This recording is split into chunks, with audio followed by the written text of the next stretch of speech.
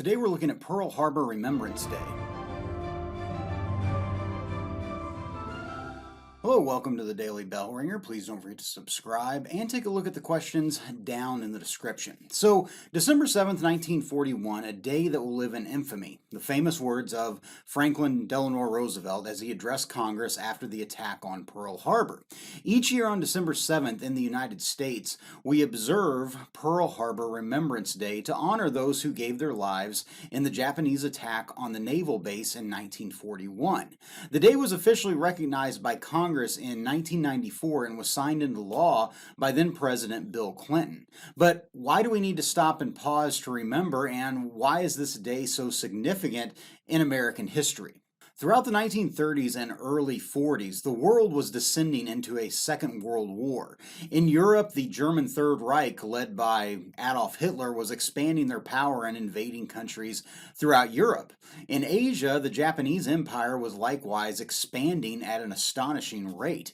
By 1941, the Japanese Empire stretched all the way from Papua New Guinea through the Philippines, all the way to into eastern China. And throughout this entire time, the United States had maintained military neutrality and kept out of the conflicts in Europe and Southeast Asia.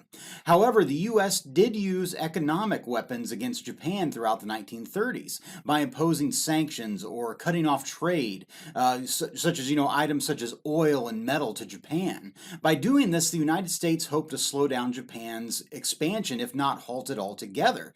But these economic sanctions strained the relationship between Japan and the United States, and by the early 1940s, tensions had grown to a point that the Japanese believed there was really no other course than war. Long before these tensions arose, in 1908, the United States established a naval base at Pearl Harbor on the island of Oahu. Although Hawaii was not officially a state until 1959, the U.S. maintained it as a territory, and it began to build up their naval presence at Pearl Harbor throughout that time period. And by 1940, Pearl Harbor was the headquarters for the entire U.S. Pacific Fleet, with some 100 naval vessels being docked in the harbor. And as Japan continued their plans for expansion in Southeast Asia, they grew concerned that the United States fleet might interfere with their actions, and two, they knew that the United States was a powerful nation and their best chance at victory was launching a surprise attack. So for months leading up to the attack, Japanese commanders carefully planned and practiced for this offensive against Pearl Harbor. U.S. commanders really saw an attack on Pearl Harbor as being extremely unlikely, since it was over 4,000 miles from the Japanese mainland.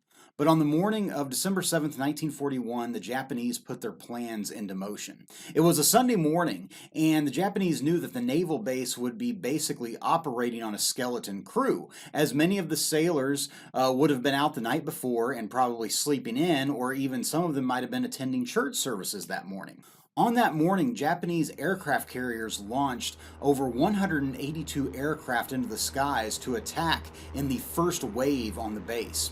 At around 7:30 in the morning, radar posts on Pearl Harbor detected the approaching planes coming from the north, but they assumed that they were a group of B-17 bombers that were scheduled to arrive from California that morning. Shortly after that, at about 7:45, the Japanese attack planes came into full view as they flew low over the island, approaching the harbor on the far side. At 7:48 a.m., the Japanese torpedo planes began dropping their torpedoes into the water and focused their fire on Battleship Row, where 7 American battleships were docked next to Ford Island. Thousands of American sailors woke up to explosions, gunfire, and alarms sounding as they rushed to try to defend the base. After only about 15 minutes, the second wave of 171 Japanese planes arrived and began to focus their attack on the American aircraft setting at Ford and Wheeler Field. At 8:06 a.m., a Japanese bomb broke through the deck of the battleship USS Arizona and went into the ship's powder magazine, or in other words, where they stored their explosives. The explosives, of course, ignited, and the explosion tore the Arizona into two, and it sank.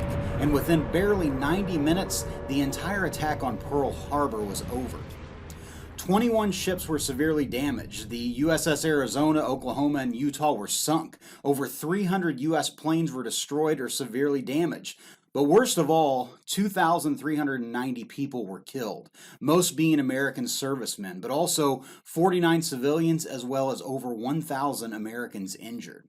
The catastrophic attack would be the event that would push the United States into World War II, as the following day on December 8, 1941, President Franklin D. Roosevelt addressed Congress and asked them to declare war on the Axis powers, which included Japan and Germany.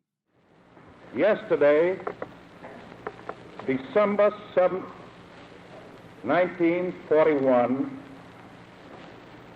a date which will live in infamy.